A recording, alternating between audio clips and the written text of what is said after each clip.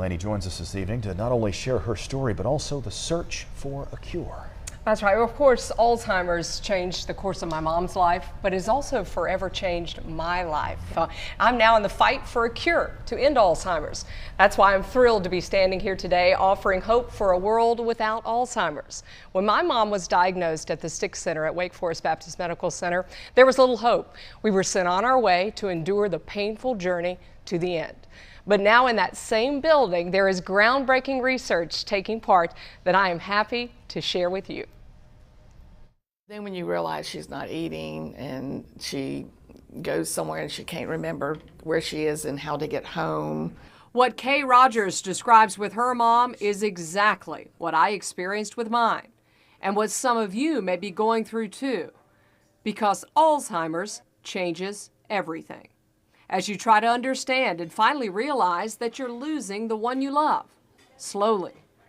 Right now, there is no cure, but researchers at the Alzheimer's Disease and Research Center in the Triad are working to change that.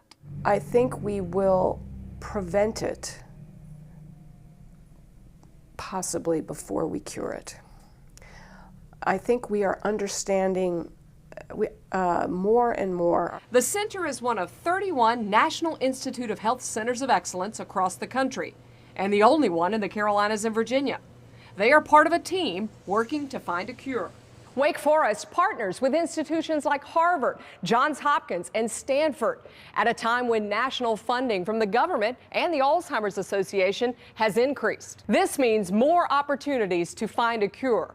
And here in the Triad, there are more than 40 different studies taking place. And we have a range of studies that from very healthy folks can participate in, as well as folks who are having memory problems or struggling with dementia. One study I can't wait to take part in is the Healthy Brain Study. I love this study because it's basically a brain checkup, and anybody can do it, and anybody can be enrolled. It's essentially an annual checkup for the brain, which includes a health review, an MRI, and cognitive tests, all free of charge. And you don't have to have an Alzheimer's diagnosis to take part. Participant Kay Rogers, like me, wants to do whatever she can to help others so they don't have to go through what we went through. I want to make a difference and leave maybe a legacy, or that I had one small part in maybe finding a treatment or a cure for Alzheimer's. Dr. Linda Hobson's mom also has dementia, and also like me, she wants to know if she'll get it too.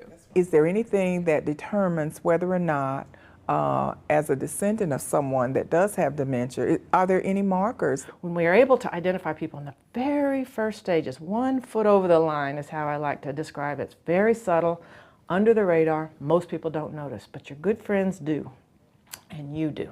And for a parent who lives alone, your children may not realize there's a problem. That was the case with me, as I lived 3 hours away from mom, had a job and small children, and didn't get to visit her often. When I did realize, it was too late. They would not know if they didn't live with you. And so as being part of this study, if something is happening, we'll be able to tell maybe earlier. Catching it early is important. Most memory tests you get at your average doctor's visit will only show that you have dementia once it has set in and it's too late. With the Healthy Brain Study, you'll be ahead of the curve. They get the most cutting edge evaluations and most cutting-edge brain scans. So we would ask, remember a list of items, remember a story, draw this picture, now remember it from memory, give me as many words as you can think of. The goal of this study is to try to understand who progresses to Alzheimer's and who doesn't, and why. Researchers will track patients' physical brains and mental sharpness for years, noting any changes. When we do understand who makes a right turn, who makes a left turn, it will help us know how to prevent that one day in the future. We'll be able to be a part of the cure. And that day, I believe, is coming. If you'd like to be a part of the Healthy Brain Study, you can. Researchers still need 100 participants, people from all walks of life. You don't have to have Alzheimer's or a family history of the disease. You must be 55 years old or older and not be taking insulin for diabetes. If you want to learn more, you can call 1-336 716-MIND. We also have a link to the Alzheimer's Disease and Research Center on our website at WXII12.com. There you're going to find a whole lot more as well.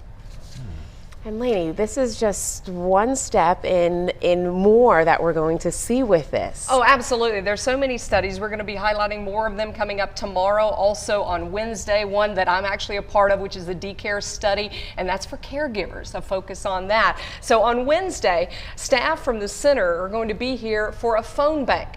That is Wednesday afternoon and evening. You can ask about the studies, whether you qualify for those studies. They're also going to give advice to caregivers and loved ones of people with Alzheimer's disease.